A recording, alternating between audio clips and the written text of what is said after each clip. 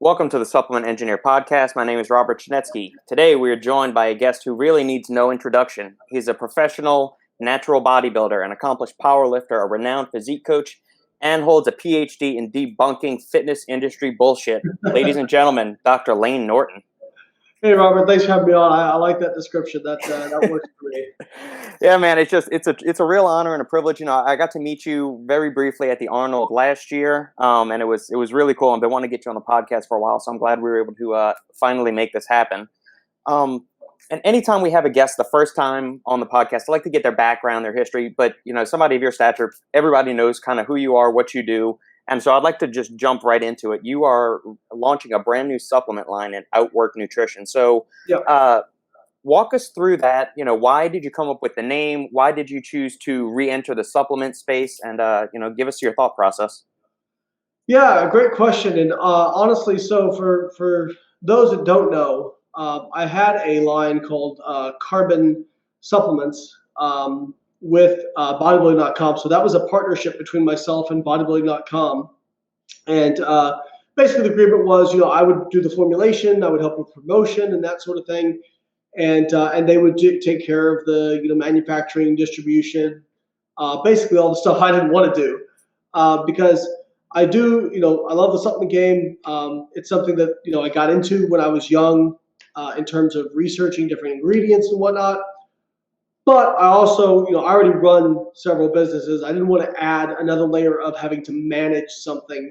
So really, when bodybuilding.com presented that to me, I felt like it was the perfect opportunity to be able to do something evidence-based and have the support of a large company behind me. Now, it didn't work out, and that was for a lot of reasons. Partly was I had a lot of stuff going on in my personal life and didn't give it the attention it needed. And I think also there was a lot of upheaval over at bodybuilding.com. They had Ryan DeLuca, who was the CEO and founder, left shortly after we launched, and he was the one who was really fired up at my brand. Like, he was the one who originally came to me and was like, "We want to do this. We've underutilized you. Like, he's like, he told me I was one of his favorite people in the industry, and that sort of thing." So I think when he left, a lot of the passion for the project left, and that's, I have nothing but good things to say about my experience with bodybuilding.com though. Like, they made a business decision in terms of not continuing the line, and I have no problems with that. Everyone I've ever worked with there has been super professional, very, very nice. And I wouldn't have even had the opportunity if it wasn't for them anyway. So, there's no way I could ever be mad at them. But I definitely learned a lot from that experience. One of the things that really stood out was having a caffeine-free pre-workout or a stimulant-free pre-workout. I still like the idea. Mm-hmm. As a mainstay in a line, I think if you've got a big line and you want to add that as kind of like a niche product, you can do it. But I think as your mainstay pre-workout, it's just not going to sell that well. And that's what we found. It just couldn't, pre-workout in a way needs to carry the brand because you've got, you can be a little bit more novel there. There's honestly more ingredients that have been shown to be effective in terms of cognition and exercise performance and that sort of stuff. So you can get a little bit more creative, and there's a little bit more margins there and that sort of thing. So in a way, a pre-workout really has to carry the line. Unless people think about protein powder as kind of carrying the line, but companies don't make a lot of money on protein powder. It's very competitive. The margins are very slim, and so the protein powder is basically there to get you in the door essentially. Mm-hmm. So I think that was a mistake on my part in kind of overestimating the market for that. So what happened with Outwork was when bodybuilding.com decided they weren't going to renew. I went through a couple of different conversations. I had talked to, previous to bodybuilding.com, I had talked to several different companies about coming out with my, kind of a line through them. I think, even I had conversations with Muscle Tech. They were interested. There was some other companies, and then Core Nutritionals. I had spoken with them. Mm-hmm. Great people, by the way. I love Core. Yeah, Doug's. I had him on the podcast a few weeks ago. He's an awesome guy. Yeah, and Kenton, they were very, very nice to me. Mm-hmm. they didn't want to do a line, but they wanted to make me an affiliate and also like on their board and whatnot. And but I decided to just kind of not go anyway with it.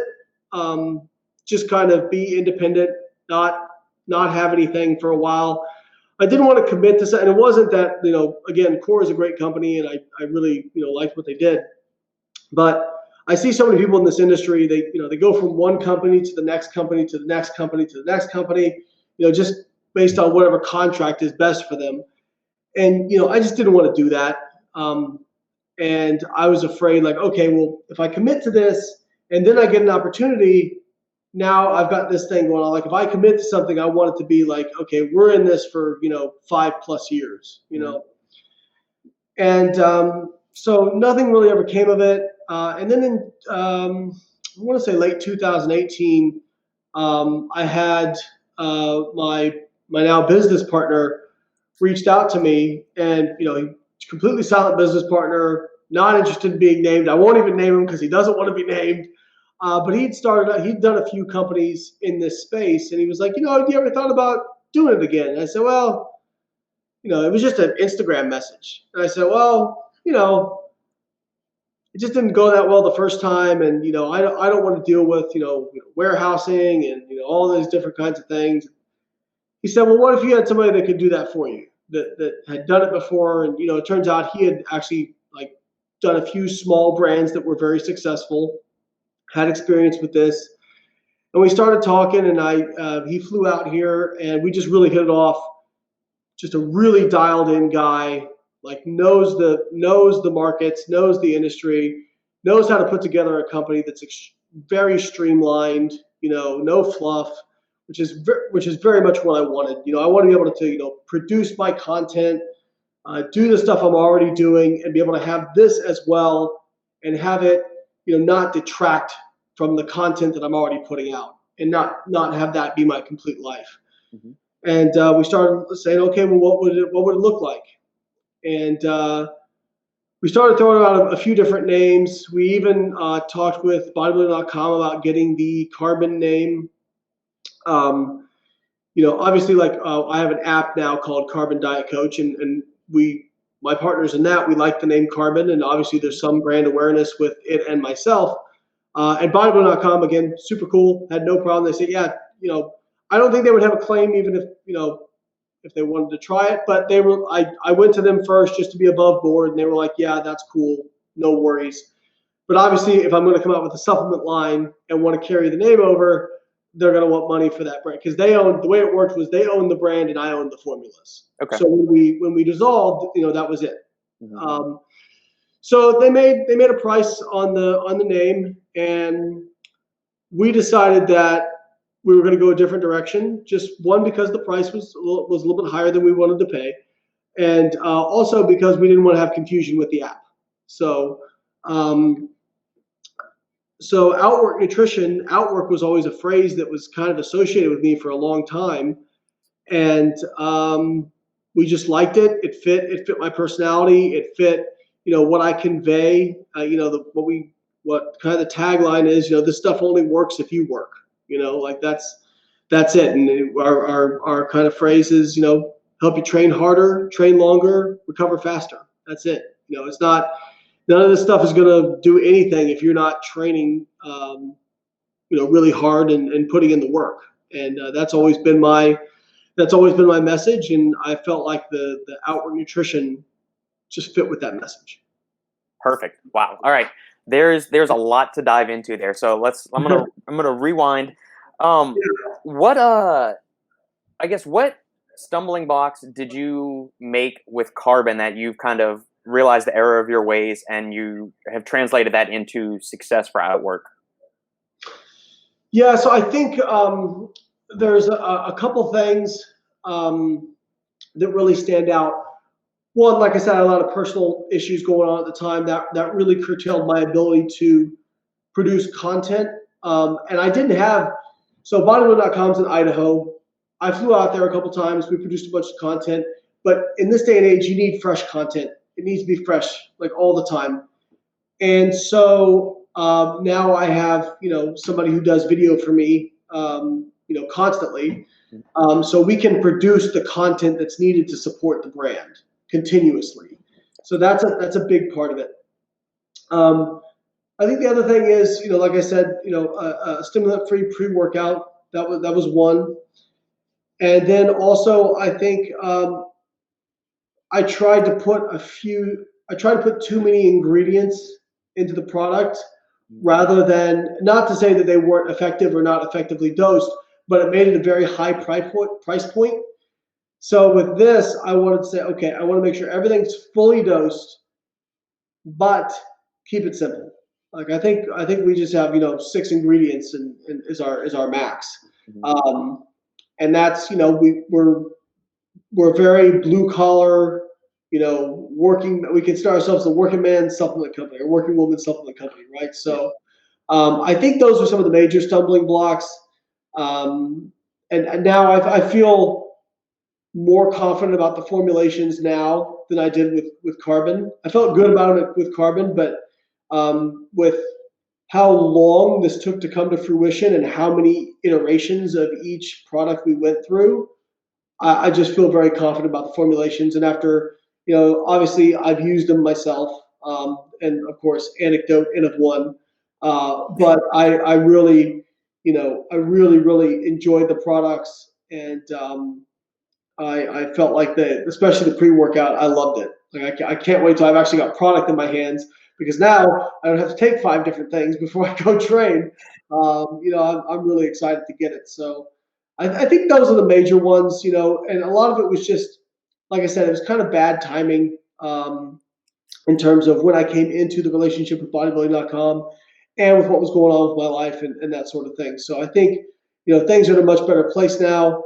I've got a lot more employees that can help out and contribute, and I think that's going to make the difference. Gotcha. So bodybuilding.com handled the manufacturing and vetting the contract manufacturers for the carbon line. With the Outwork line, did you go through and vet the manufacturers, or is your business partner, since he's got experience with starting up brands and that, and walk the listeners through some of the inner machinations of that process? Yeah, that's a great question. So obviously we have a third party that does our in terms of putting the products together and labeling and putting them in bottles and whatnot, which is very, very standard nowadays in the industry. And it's actually great because it allows people to do what they're good at, rather than me learning about an entire manufacturing process and not being able to focus on, formulations. So we vetted a few different people, or a few different companies, and it's interesting. A lot of times you have trouble getting these people to give you a call back. It's really interesting. They can be certain manufacturers can be super, super flaky. Yes, very much so. So there was a company in New York that my partner had a previous relationship with, that he was kind of like, this will be he wanted it to be in Florida, since I was in Florida, and we could ship from there. But he's like, if we can't find anything, we can fall back on this one. And we actually did find a manufacturer in Florida that we really liked. And I didn't tell them this, but we took some of their products and had them tested, to make sure that, because they actually have their own line as well, and they do third party as well. So we took several products, had them tested, and were very impressed with how close to label claims things were. Now, I can tell you right now, if you go and test a bottle of whatever it is you have, even good companies are going to be off. That's just you. It's so hard when you're having a multi-ingredient formula to get things dead on. If it says it has 5 grams of creatine and it's 4.2, don't get angry. Like that's there's a tolerance on a band that they're allowed. There's a tolerance. Yeah, exactly. Now, so they were well within the tolerance. They were actually almost dead on. So we were very impressed in the products we had independently tested, and they were very responsive. They were very engaged in the process. I mean, we went through so many flavor iterations, especially with the recovery product. And just being straight up, that's because the ashwagandha. It's horrible. It's horrible ingredient to flavor. Terrible to flavor. Originally, we went with a dosing of 600 milligrams, and it just nobody was going to drink it. It was intolerable. It was like a cotton mouth, gross, bitter. We even tried making it like more sour to see if we could cover it up, and it just didn't. So we have 300 milligrams in there, which is still an effective dose. There's still studies to show that there's improvements in stress response and performance and those sorts of things. So we wanted the 600 milligram dose because there was some studies with that had a little bit more robust results. But again, a lot of it's about, can you put in an effective amount, but also can you get people to drink it? Because everyone will say that an effective supplement is what they care about most, but people lie. Oh, yeah. And in fact, when you survey people, effectiveness is actually the number 3 thing they care about. The first is price, the second is taste, and then the third is effectiveness, which seems weird, but it just is what it is. So we knew we had to get something that tasted good. So we went through, I would say, over 6 months of flavoring trials to just try and get it right. And we landed on flavors that we're very comfortable with, that we think are going to be really good. And I wanted something like a little bit novel, so like our gummy bear burst, like I really liked that idea, because when we were tasting, I'm like, Chris was like, what does this taste like to you? And I'm like, I'm having trouble putting my finger on it. He's like, it tastes like gummy bears. I'm like, yeah, you're right. So yeah, that was a long process, but they were very engaged in the entire process. They didn't get frustrated, because we're a small company right now. We're not making them a bunch of money or anything like that, but they were very responsive, very helpful. And yeah, we've been very impressed with them so far. Excellent. Well, let's dive into the actual formula for the pre-workout. Yeah, because I noticed there's some, obviously we all know the people that are informed of the supplement industry know the ingredients. So we're all working from the same common base of ingredients. And there's some similarities between Carbon Prep and, Outwork Pre-Workout. Yeah. The biggest the difference is obviously the 300 milligrams of caffeine. Right. Why did you settle on that dose versus, something maybe lower, something maybe higher? And what are your own personal caffeine intake? Do you like a lot of caffeine heading into a training session? This is a great question. So we looked at, I wanted something that I could say, okay, you can take this and it's going to improve performance. Well, what do most people who follow me care about performance? They care about strength and kind of fatigue resistance. Mm-hmm. That was kind of the minimum level of caffeine to really see strength benefits. In terms of acute strength benefits, 300 milligrams of caffeine. Actually, you can go as high as 600. Correct. But I didn't want to go putting 600 milligrams and stuff. Now, caffeine's a really safe supplement. Like people get, there are some people who have stimulant sensitivities, and you do need to be sensitive to that. But so what I would say is, if people know they're stimulant sensitive, start with a half dose, which actually most of the ingredients in that product you can still get benefits from at a half dose. Citrulline, maybe not. We're not. There's usually they use 6 grams in studies, if not more. But to my knowledge, I didn't really come across many studies where they tested less. So maybe, who knows? The beta alanine, they have done some studies with like 1,600 milligrams that have small effects. And the Rhodiola rosea, definitely like 150 milligrams would still have an effect. And the L-Dopa, 75 milligrams, there's still some effect for cognition. So if you buy it and you're worried about the caffeine, start at the half dose and then maybe walk your way up over time. But as far as me, I love caffeine. It's a great performance enhancer. I try not to abuse it. When I get to the end of a hard training cycle, getting ready for powerlifting meet, I'm usually abusing it. Before nationals last year, my workload was so high, and especially on weeks I'd have the kids where I'm having to get up at early in the morning, get them ready for school. I was probably over a gram of caffeine a day, if I'm being real. It definitely is on the higher side for supplements out there. But, I started looking at it. It's like, all right, if you put 100 in, what is it really doing? You're just, you're a little more alert. You're less tired, essentially. You put 200 in, okay, maybe for some endurance benefits. But if you want something that's actually going to help with like weightlifting, I think 300 milligrams is kind of the minimum, actually. So I think people are more tuned to this now because we've got, like Monster has Reign, and there's Bang Energy and all these other products that have 300 milligrams of caffeine. So I think people are a little bit more tuned up to it now than they would have been a few years ago. But that was kind of the thought process behind the caffeine dose. We wanted something where we could say, okay, you can take this and you're going to get an acute benefit for performance and strength. Yeah. And that's something I've been saying for, I want to say, well over almost 2 years now, is that caffeine, probably next to creatine, is one of the safest, most well-researched compounds in all of sports nutrition. They've used doses up to 9 milligrams per kilogram of body weight in males and females, and it doesn't make your heart stop, unless you have, pre-existing condition. But at doses that high, it's still safe, it's still tolerable, it leads to performance, enhancement and everything. And so it's, that 300 is kind of like you said, it's that benchmark where you really start to get some of those performance enhancing benefits from. Yeah, I think there are polymorphisms in caffeine metabolism genes. There are people who are rapid, like my wife has had her genetic testing done, and she's a rapid metabolizer of caffeine. So she could drink a cup of coffee and literally go to bed. Right. It does not affect her the same way it affects other people. But if you're a slow metabolizer, that's probably a lot of people who feel like they're caffeine sensitive as they're slow metabolizers. So they're having, from the same dose, they're having a greater concentration in their bloodstream than people who are quicker metabolizers of it. So, in general, on average, seems to be very safe. It does increase your heart rate.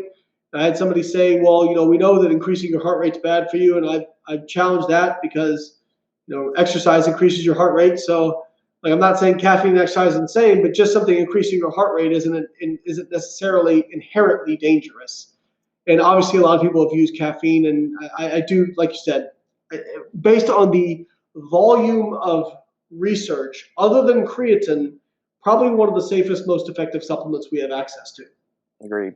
One last thing I'll say on citrulline is that they've done one study I know of in cyclists where they used just regular pure L-Citrulline at 2.4 grams, and they noticed increased endurance. So I think that's the bottom number that we've identified in the research as having benefit thus far.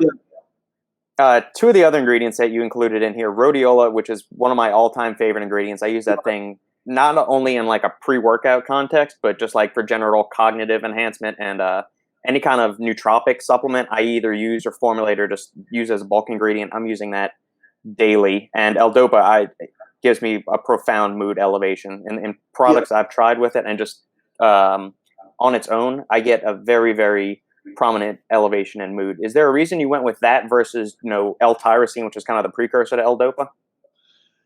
Yeah, so from what I gathered in the literature, L-Tyrosine, there are benefits, but you have to get a pretty high dose. I think it's on the upwards of like 5,000 milligrams, I want to say, something like that. It's been a while since I looked at the literature. But L-Dopa seemed to have a much more profound effect at a much lower dosage. And so that's kind of was the reasoning behind going with that.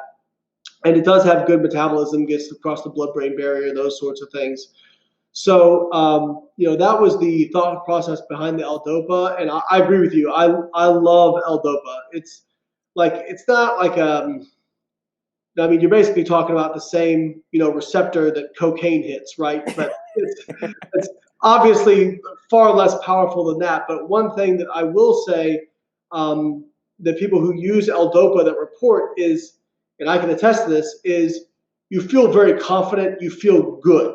Like you just, no, it's not, if you're having a really crappy day, it's not going to all of a sudden make you be like, hey, but I will say, like, the best way I can describe it in the gym is you feel good and you feel confident. That's the way I'll describe it. It just, you've had the days where you go in the gym and you're warming up and you just feel like, okay, today's going to be a good day. That's what taking this feels like. That's the best way I can describe it. And it's smooth. And I think also the synergy between it and the Rhodiola, I really like that, especially when you're using caffeine, because this is going to help smooth out a lot of if you have caffeine crash. I never really noticed that much, but some people report that, especially the Rhodiola. In fact, there's evidence that actually Rhodiola can help with caffeine withdrawals from people. So I'm honestly shocked that Rhodiola isn't in more supplements and isn't in more pre-workouts. It's not an expensive ingredient. It's effective. And not only does it decrease actual fatigue. It also decreases the perception of fatigue. So it is a fabulous ingredient. And yeah, I was like, make sure that's in there in a good hefty dose. And again, another very safe ingredient, and also has benefits for stress and that sort of thing. L-Dopa is probably the least researched in terms of exercise performance. I'm not aware of many studies looking at L-Dopa and exercise performance, but there are studies for cognition and that sort of stuff. And like I said, it's just going to make you feel good and feel confident in the gym, which I think is a pretty nice benefit. Agreed. With dialing more into the pre-workout thing, we've got ingredients that improve performance, things like creatine, citrulline malate, beta-alanine. And on the other side, we've got ingredients that improve maybe your perception of how you're performing. So let's say things like caffeine, rhodiola, other adaptogens and nootropics, things like that. Yeah. What do you think, I guess, has a bigger impact in somebody's ability to perform? Do you think it's altering their mental state to where they feel more empowered, more invigorated, more confident, or is it the actual ergogenics themselves, like the citrulline and beta-alanines, that are helping them push harder in their training? Oh, I think based on the effect sizes from the studies, I think it's the psychology easily. I really do. I know that's not the sexy thing to say, but I mean, listen, citrulline and beta-alanine, yes, they both work. Now, is it something where you're going to go in and just destroy your workouts? No. I mean, they seem to have small but significant benefits. So what we mean by, let me just break it down a little bit in terms of statistics, and we're looking at studies. Significance just means when you find something that has a significant benefit or a significant reported benefit. What that means in terms of statistics is that significance is reported, you'll see p-value p less than 0.05. Now, I'm going to really generalize this, and people who are statisticians would probably wrap me on the knuckles for it. But basically, to kind of put it into lay terms, that just means that based on the statistics, there's less than a 5% chance that the effect seen is due to random chance. Because you could randomize people into two different groups, and one group may perform better than another group, but that could just be random. It might not be based on the treatment you gave. So doing things like an ANOVA and a t-test and those sorts of things can tell you, okay, was it more likely due to random chance, or was it more likely due to the treatment? So, but effect sizes will tell you how meaningful something is. So when we look at effect size, like the effect size for citrulline malate in a recent systematic review by Eric Trexler, who I think is one of the smartest people in the industry, was 0.2. Which is a small effect size. And when we talk about effect sizes, effect size basically means you can have a significant effect that's small, but still significant. So for example, if you have enough data points, if you have like 1,000 data points and your values, you're looking at two values and they're only like say 1% different from each other. But if it's consistently different enough, and there's not a bunch of standard deviation, and you have enough data points, that can be statistically significant. So anyway, getting back to things, I think, the actual, like the L-Dopa, the Rhodiola, the caffeine, I think those are the most important parts of the pre-workout, is just that. And the citrulline and beta-alanine, yes, especially for long workouts, especially if you move quickly between sets, or if you're doing things like cycling or you're doing high intensity or a cycling class or HIIT training, those sorts of things, then there's even more benefits to it. But there is benefit. People asked, one of the biggest questions I got with carbon was, why didn't you put beta-alanine in? And it was tough. It was between that and a few other ingredients, and I decided to keep the beta-alanine out because it is one of the more expensive ingredients, and there's no benefit for beta-alanine if you're doing low reps. There's a decent benefit if you're doing high reps or if you're doing like high volume HIIT work training. And there's some evidence it increases lean body mass, probably secondarily due to the increased exercise performance, is my guess. So I decided to keep it out. And this one, I decided to put it in for two reasons. One, because of the performance benefits. And I can't assume everybody who's taking this is a powerlifter. Some people are going to do higher rep ranges. And also, this is going to be very unpopular, but you feel something and that is actually helpful for feeling positive about something. I mean, this is just me being completely honest. Now that being said, I'm not going to. If it didn't do anything else other than just give you tingly skin, I wouldn't put it in the product. Right.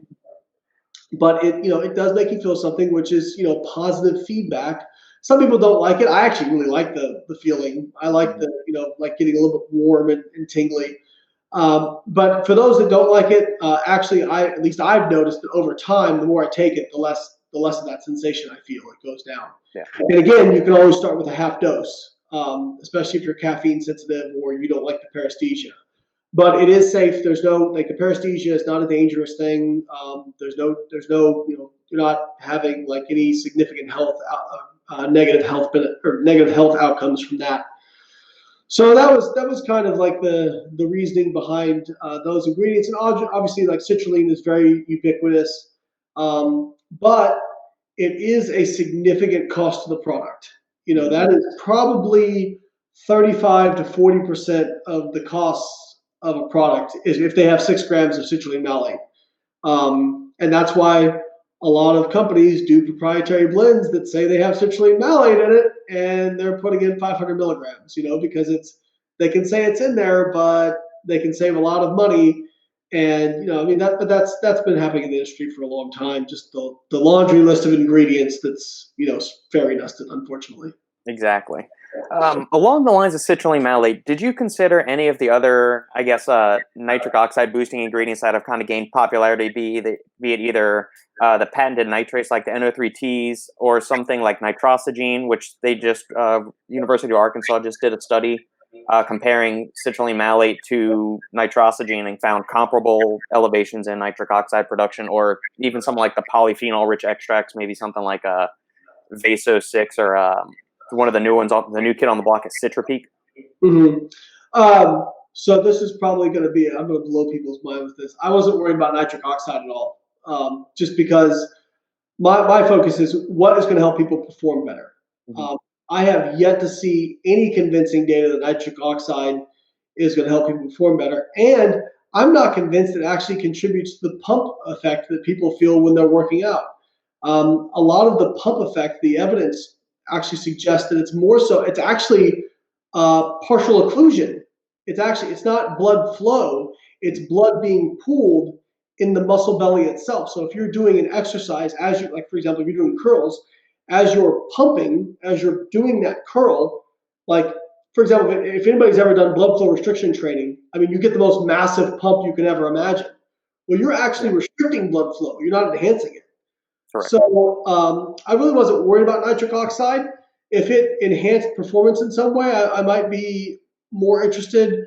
Some people have, postulated that, well, you're getting better blood flow, it's better nutrient delivery to the muscles. Okay, but I haven't seen any studies have that show up in terms of actual physical performance outcomes or recovery outcomes. Mm-hmm. So I just really wasn't concerned with it.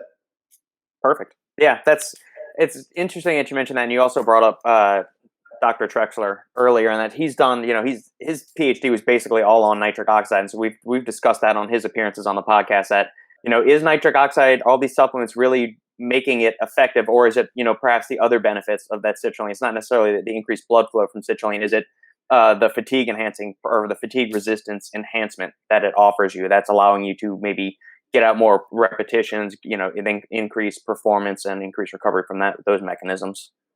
Yeah, and that's an example of people like correlation is not causation, right?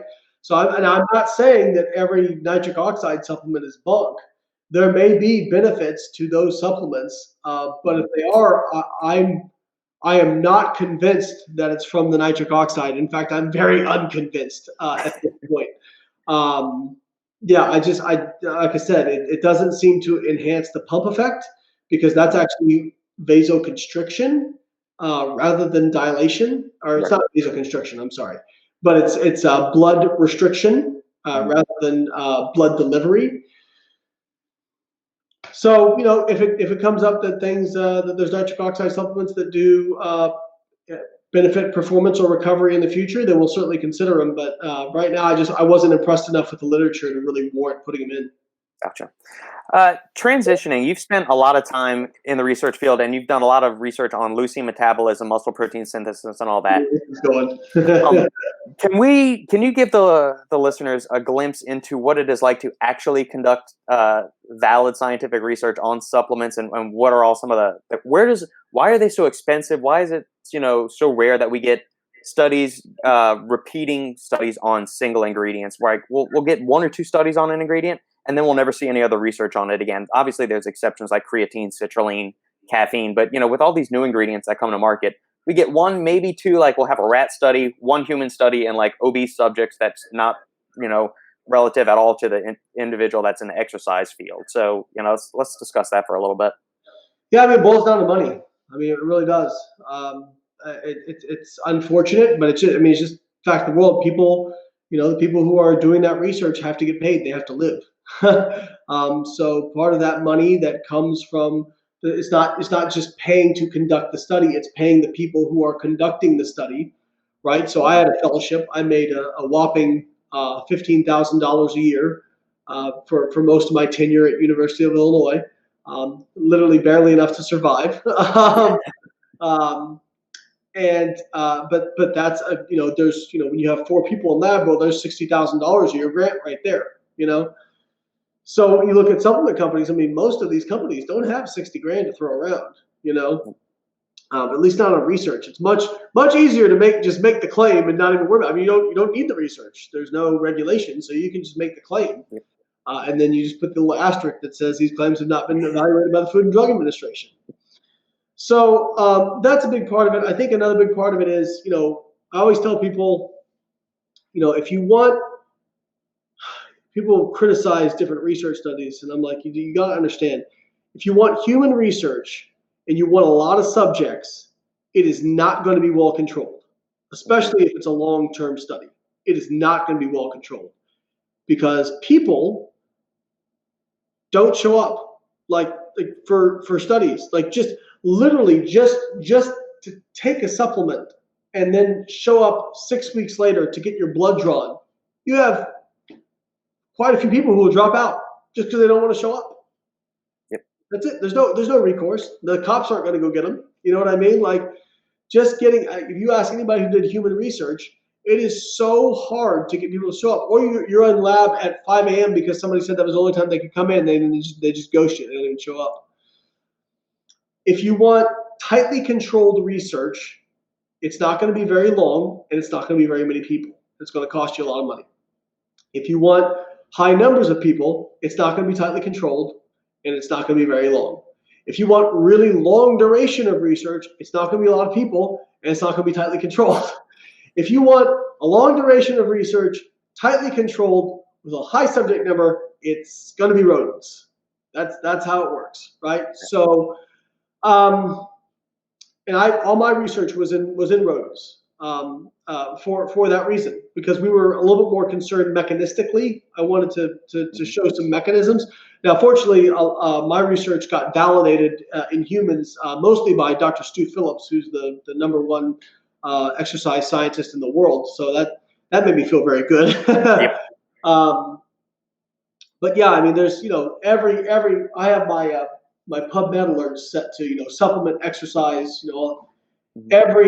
Every month there's this supplement attenuates fat gain in rats, and I go, it's just I'm just not impressed anymore, until I see it repeated many times over. Even ashwagandha was popular, when it was starting to get some note when we were putting the carbon together, but I'd only seen like 1 or 2 studies, and I was like, And now there's still a few. I would like to see the mechanisms further elucidated for lean body mass gain and strength gain. Mm-hmm. But there's quite a few studies now showing that it seems to do something. So I got quite a bit more confidence now than I did years ago.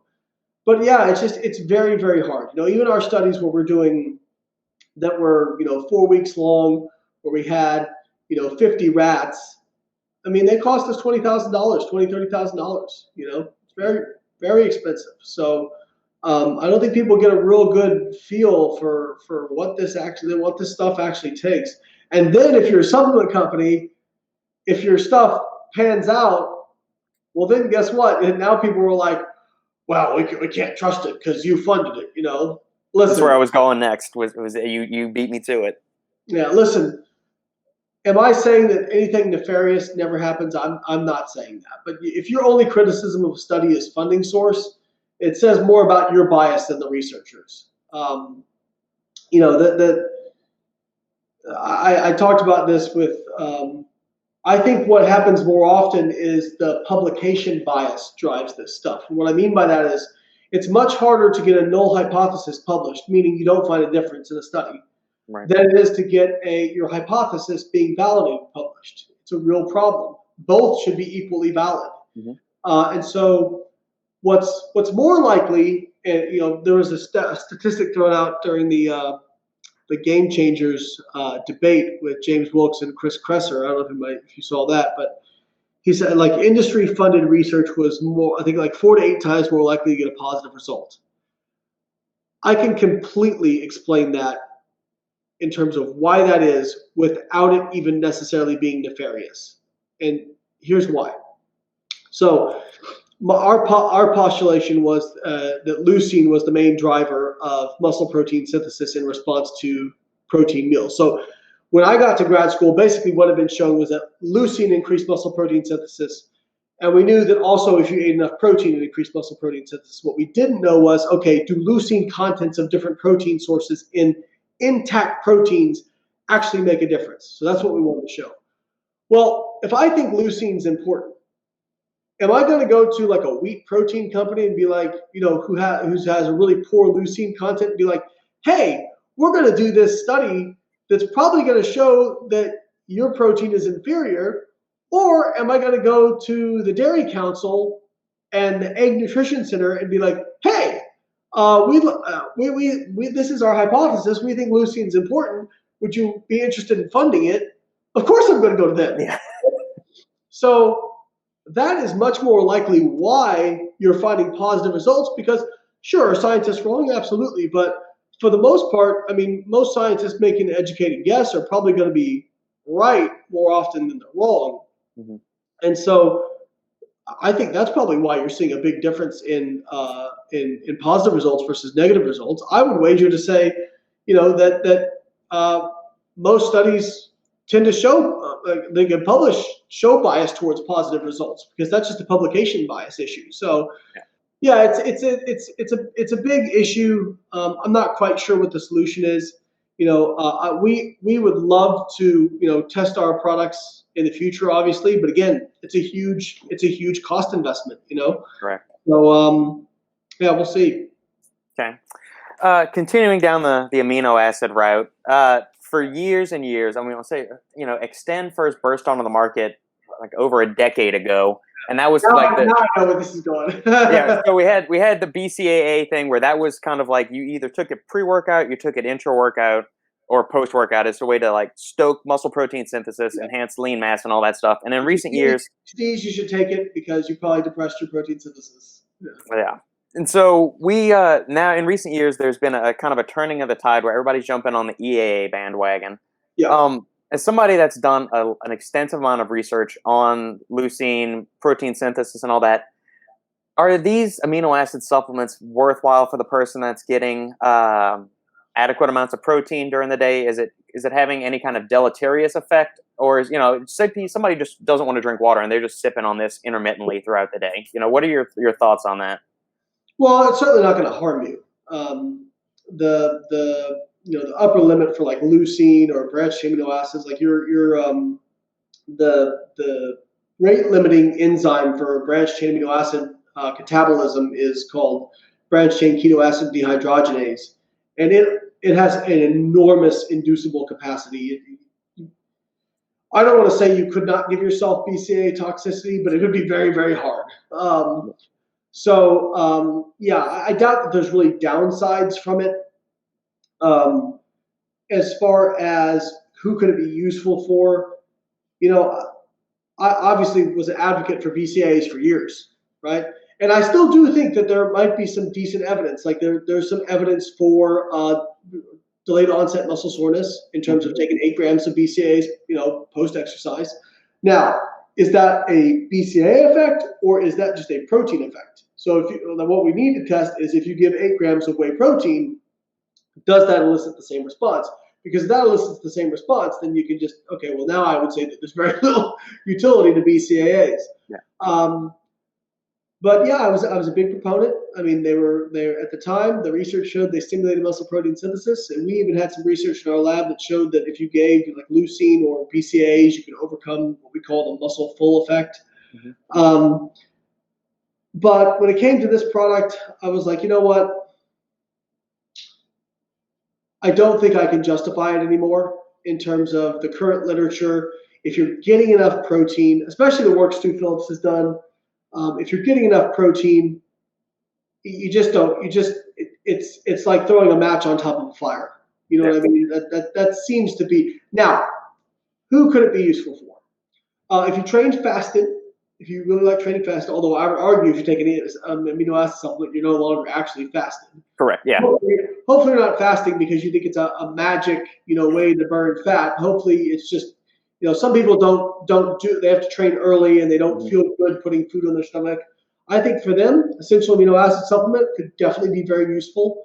But I would argue you could probably just take a whey protein, like a whey isolate. It's pretty easy on your stomach and probably get the same thing. But if you absolutely have such sensitive digestion that you cannot stomach whey protein, then perhaps essential amino acid supplement.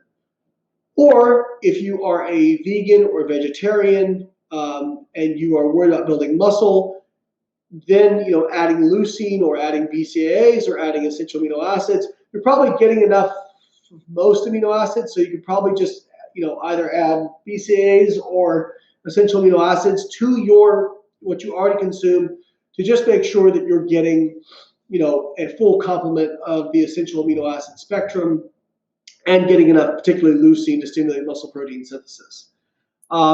And that's kind of, I think, what the utility is right there. And those are pretty niche markets. You know what I mean? Like I didn't want to come out with a recovery product and be like, well, if you train fasted and if you're a vegan, this can help. And I wanted to be something that, again, there's evidence of helping with delayed onset muscle soreness, but we've already got things in there that help with that.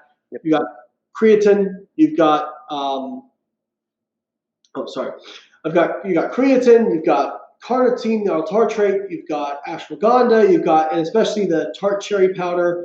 Those things all decrease delayed onset muscle soreness. I didn't feel like putting in another BCAA, and I wanted to have the ashwagandha in there, and so I decided, we'll bury the BCAAs. Not that I think that they're trash and that they have no utility whatsoever. I think people get really, it's very popular in the evidence-based community to have a picture of BCAAs and throw them in the trash can or whatever. Yep. I think there is some small utility to it, but I think for most people it's probably superfluous. Yeah. Have you heard anything about there's a few wackadoodles out there that are saying BCAAs are cancer fuel and or they are the cause of diabetes because they've had a few associational studies in diabetics and obese people showing elevated levels of valine or the branched chain amino acids. And this is always such a funny argument to me. Yeah, and I just the way I've kind of like I've delved into this because my dad's a type 2 diabetic, and so this is kind of like something that hits home for me. Yeah, me too. It's it's a byproduct of like dysmetabolism of the branched chain amino acids and a muscle's inability to effectively break them down and utilize them. It's not the fact that they're causing diabetes or causing insulin resistance. It's like we see a marker, but that doesn't mean the marker is the thing causing the issue. It's a chicken or the egg issue. It's chicken or the egg. So yes, you have elevated levels of branched amino acids in diabetes. You also have elevated triglycerols. You have elevated glucose. You have elevated pretty much everything because you are dealing with, basically you're over-consuming fuel and you are not oxidizing through it quickly enough. And so that mitochondria, I'm going out on a limb a little bit, but this kind of idea of mitochondrial dysfunction is kind of what I think the root of this is. And it's from too much fuel, not enough activity, where your mitochondria, like a train getting backed up, right? So if the lead cart slows down, everything behind it slows down, right? Same, if you're not getting enough flux of nutrients through the mitochondria, you start to have stuff getting backed up. Well, when you have stuff getting backed up, these metabolites that are getting backed up and building up in the cell, guess what? They inhibit everything else. So like most products of the Krebs cycle and glycolysis inhibit the thing before them as a feedback inhibition. Mm-hmm. So when you start getting these metabolites built up, everything starts getting inhibited, and it's kind of like a self-fulfilling cycle, and it gets backed up to the point where it's spilling into the bloodstream because now your receptors on the cell surface are downregulated about bringing these into the cell because they're being inhibited from the inside. Mm-hmm. So yeah, the idea that BCAAs were causing diabetes, I find absolutely hilarious. And really, I kind of look at people and go like, did you thought this before you came up with this hypothesis? So, and then as far as the cancer thing, that kind of just boils down to just a complete misunderstanding of a short-term signal versus a long-term signal dysregulations. And it always blows my mind how many scientists don't understand this. Mm-hmm. So the idea is, rapamycin is an inhibitor of mTOR, and it's a cancer treatment. And leucine stimulates mTOR, so therefore leucine is causing cancer. Whew, those are some big leaps. Mm-hmm. And in metabolism, people like the nice biochemists, especially like nice, clean mechanistic data. It's like, okay, A equals B and B equals C, so A equals C. But when you're talking about whole body metabolism, where you have the integration of multiple systems, you can't just make those leaps. That's not how it works. And I'll give you an example. Resistance training is a far, far, far more powerful stimulant of mTOR than leucine. People who resistance train have lower rates of cancer. So mTOR is not the primary driver of cancer. In terms of when you give protein or you give BCAA or you give leucine, you have an increase in mTOR in response. That is a truncated short-term signal. Just like another example would be like inflammation. When you work out, you have inflammation in response to that training that's part of the healing process that is flushed out in relatively short fashion. Mm-hmm. That is different than long-term low-level inflammation that is possibly disease propagating, right? Correct. That is way different. It's very similar for mTOR. When you're talking about, in fact, the mTOR kind of chronic stimulation that happens in these disease states, that's more due to mTOR signaling through the AKT insulin pathway than it is from leucine. Mm-hmm. So, I find those even. Do you know Dr. Avi Bitton? The name sounds familiar, but I'm not extensively familiar with him. A vegan physician who's very, very intelligent, does a lot of breakdowns of research, but he's not a cultist. He does it for ethical reasons. Gotcha. And there was a popular vegan doctor put this study up where it was like a bunch of stuff going on. There was like a multiple mouse knockout with feeding high protein, and then like some other treatment, and their conclusion was that mTOR was causing, could contribute to cardiovascular disease, basically. Mm-hmm. Protein could contribute to cardiovascular disease. And Dr. Avi, he was like, how many more of these mechanistic studies are we going to do? Like, we have the data in humans that this doesn't pan out. Like, right. It doesn't pan out like that, And just look at the Mediterranean diet, right? Like, you have high protein, and it actually might be better than a vegetarian or vegan diet in terms of its impact on heart disease. Therefore, protein, if let's say it even is somewhat causative, is not very strong for cancer. But I have a video coming out this week where I talk about how people want to isolate these disease states down to individual ingredients and you cannot do that. It is a lifestyle. Mm-hmm. It is an overall, like people will provide examples of people who eat high saturated fat who live a really long time. Well, there's a lot of data out there that shows that saturated fat probably is an individual risk factor for heart disease. But if you are exercising every day and you're controlling your calories, you're limiting your stress, you're not smoking, you're not drinking, you're eating well, a diverse diet with fiber and that sort of micronutrients. Am I worried about somebody who eats a little bit more saturated fat than the DRI recommendations? No, because they got 99% of it right, But that's not people who eat high saturated fat. People who eat high saturated fat they're getting their saturated fat from fast food and prepackaged foods, and they're eating a lot more calories, and they don't work out.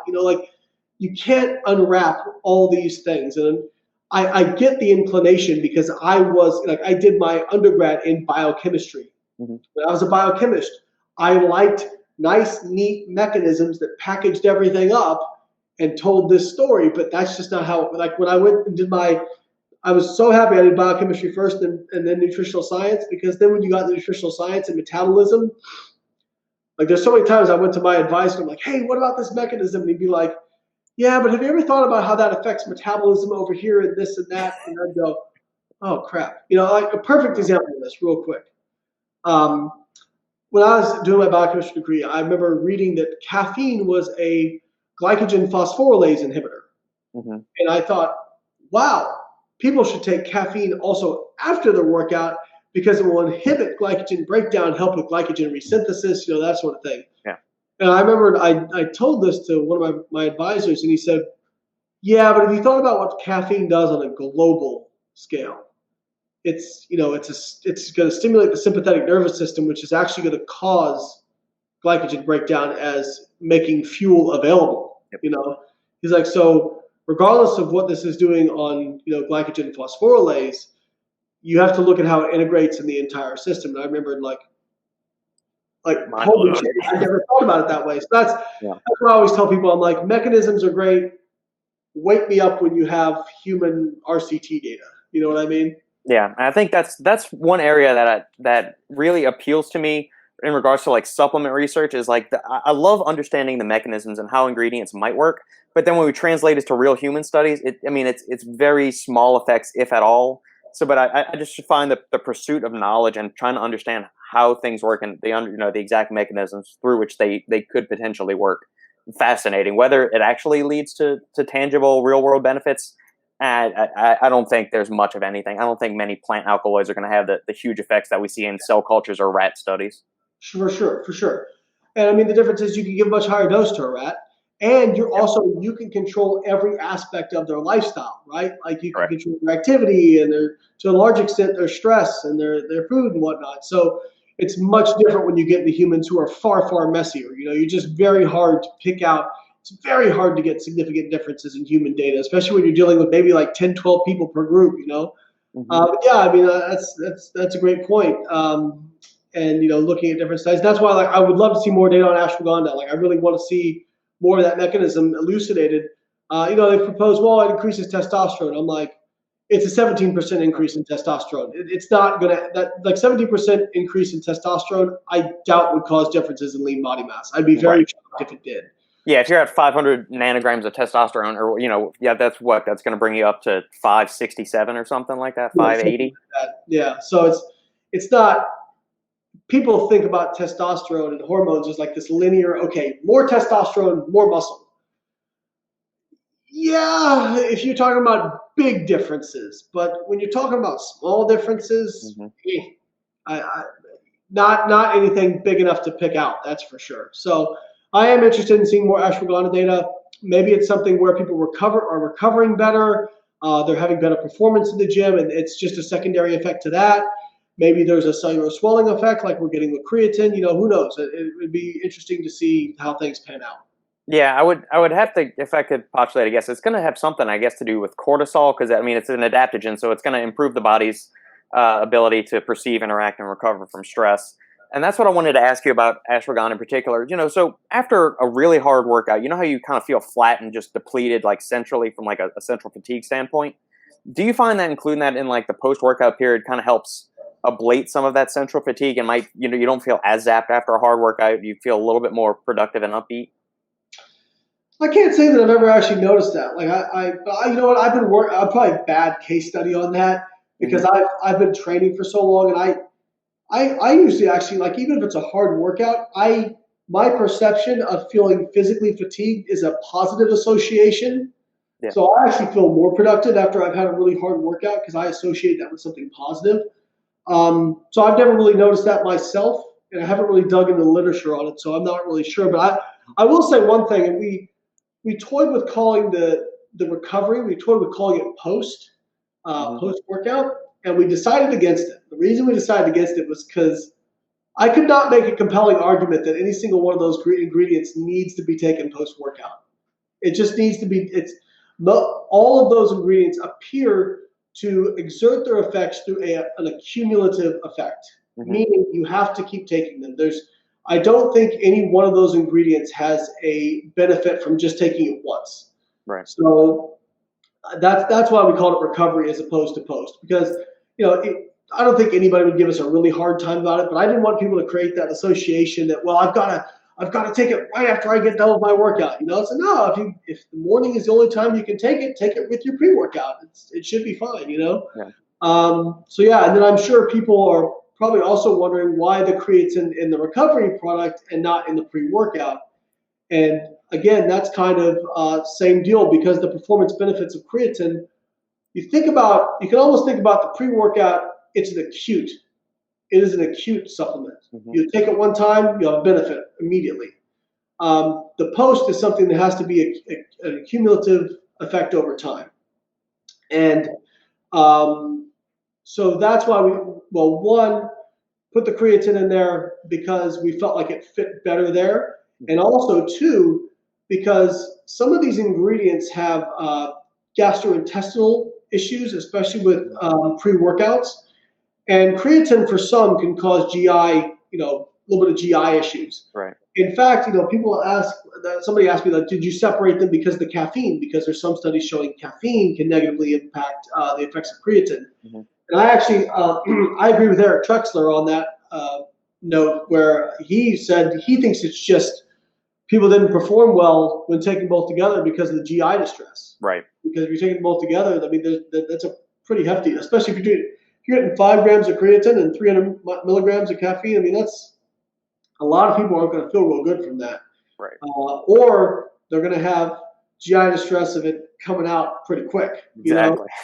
So, yeah. So I guess in a way we separated them a little bit because of that, but also because we just felt like the creatine fit better in kind of a long-term product as well. Perfect. We're coming up on an hour, Layne. If you got time for a few rapid fire questions, we can put a bow on this thing. Do you find GDAs, glucose disposal agents, useful? Have you ever experimented with them? Do you ever envision releasing one yourself? So back in the day, I was big on these things when I was an undergrad, because biochemist. I really liked alpha lipoic acid, so that was something that was very intriguing to me. And we actually did a case study, myself and a guy named Eric Satterwhite, who also wrote for bodybuilder.com and was doing his exercise physiology degree. We had him take lipoic acid before his workouts, poor guy. And we showed that at a 1,200 milligram dose, his blood glucose, we had him take it, was it after his workout? Oh man, hang on, give me 1 second to think about this. It was after his workout, I'm sorry. So we'd have him take 100 grams of dextrose after his workout, and then 1,200 milligram or graded dose, so 300 to up to 1,200 milligrams, and look at what happened to his blood glucose. And so his blood glucose was, I think, without anything, was like 160 after a workout, like 30 minutes later after consuming 100 grams of dextrose. With 1,200 milligrams of lipoic acid, it got down to under 100. So that's pretty impressive to me. And again, it's only one data point, you know what I mean? Right. But even with like 300 to 600 milligrams, we were seeing like pretty substantial reductions in blood glucose. Now, the question becomes, where is that glucose going? Right. We kind of postulated that, okay, well, and now knowing what I know about physiology, I would tell my younger self, you are making some very tenuous leaps, young man. We basically, lipoic acid seems to exert its effects, and in fact, a lot of glucose disposal agents work this way through insulin sensitization, just through its ability to scavenge reactive oxygen species. That because of its ROS scavenging ability, the these ROS species can impair insulin signaling. So our hypothesis was, okay, maybe in a post-workout state where you're having higher carbohydrate and you have increased reactive oxygen species from training in the muscle tissue, you could direct that glucose towards muscle that way. Yeah. If you inject me with true serum now, I will tell you that I think it's unlikely that that actually produces a meaningful difference in body composition over time. Because you can only put so much glucose in muscle tissue and then it's got to go somewhere else. So unless it's either increasing the storage capacity of muscle, I would find it hard to believe that it would make a difference in body composition in the long term. I think for people who are type 2 diabetics or who need to get blood glucose under control, absolutely some positive benefits. But I mean, glucose doesn't just get disposed to muscle. It goes into all tissues of the periphery, including fat tissue. So I mean, one of the ways that they lower blood glucose in diabetics is they give what are called sulfonylureas, which stimulate PPAR gamma and increase fat cell production because small fat cells are very insulin sensitive. So when we hear this word insulin sensitivity, we automatically think, well, that's a good thing. It's a good thing for disposing of glucose, but you don't really get to pick where that goes. Correct. So I'm not real big on glucose disposal agents. And I think that if they produced body composition changes, we would have seen it in the literature by now. Give us an insight into your daily supplement regimen. And do you ever experiment with nootropics? Yes. So, it's not in this product, but obviously we had like huperzine in the previous product. But everything that I take on a regular basis is in these products. There's not much else I take other than, like, I'll take a multivitamin, I take vitamin D, I take fish oil, those sorts of things. I use a protein powder. We will have a protein powder coming out in the future. I'd love to put out a fat burner if I could find ingredients that actually made a big difference. But so far everything's pretty underwhelming. I will say there are some ingredients that do seem to cause small amounts of fat loss. But you're talking like on a 12-week program, less than like a kilogram of fat loss. It's pretty small. But there are some things out there that do seem to have a small effect.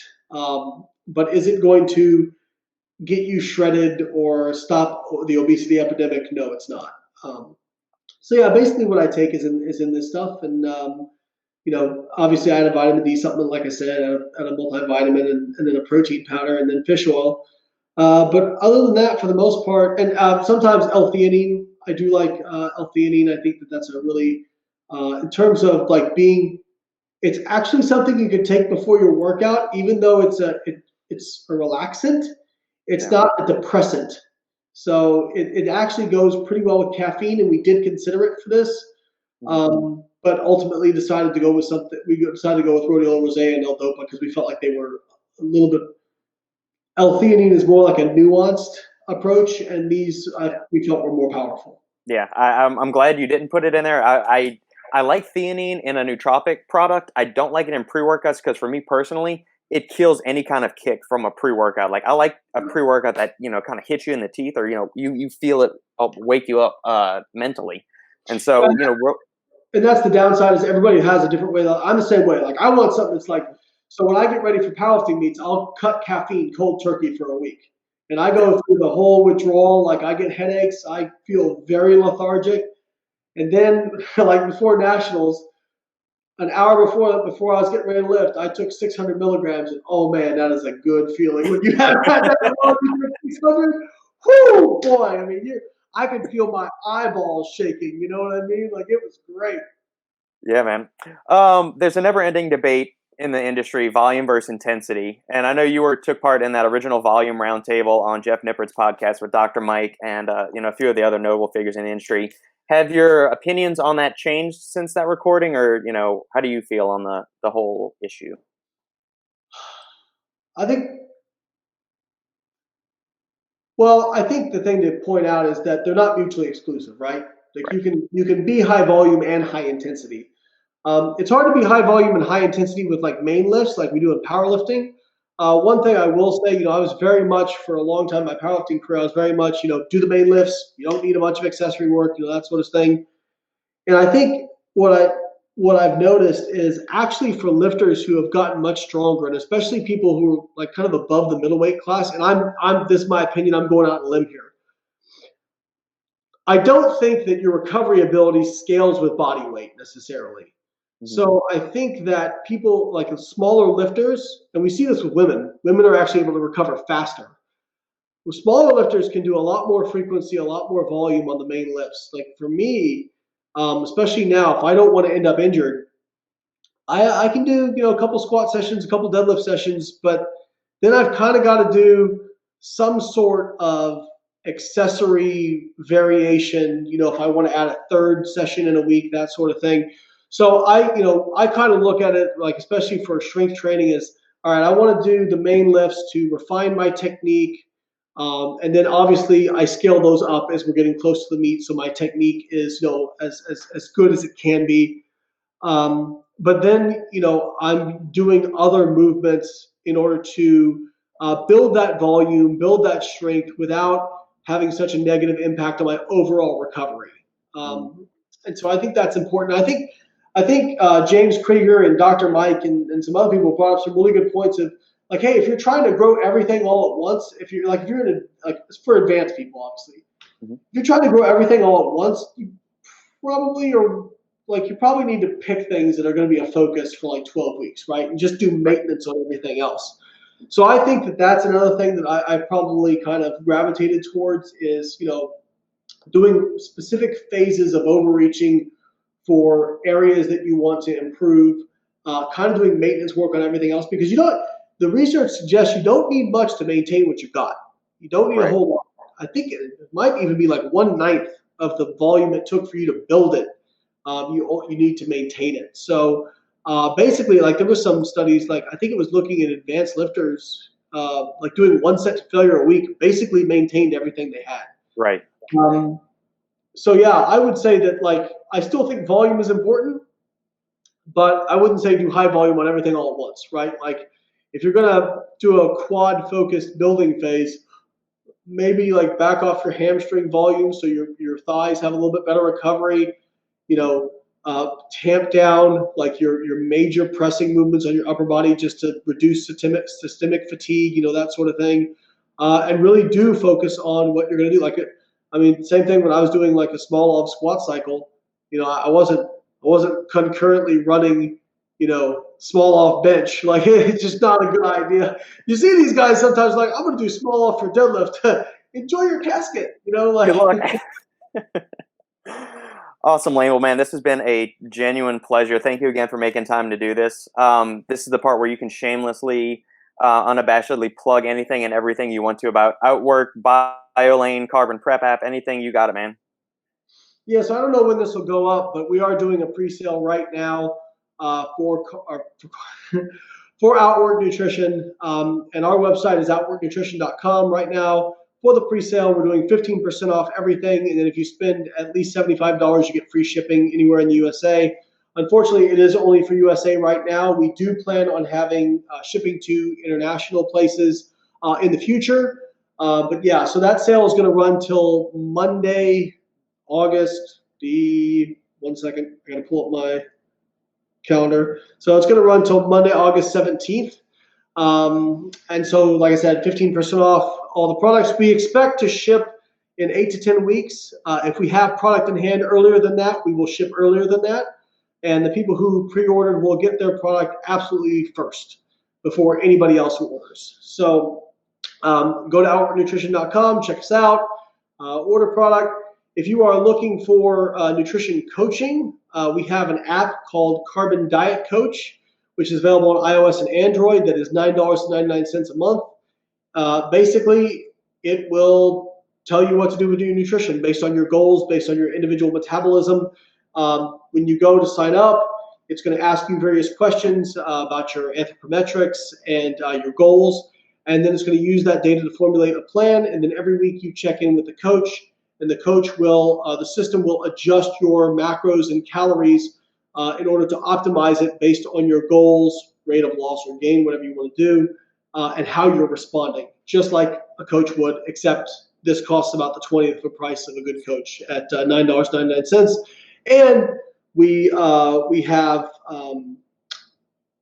included a food tracker in it that's awesome, that kicks MyFitnessPal in the teeth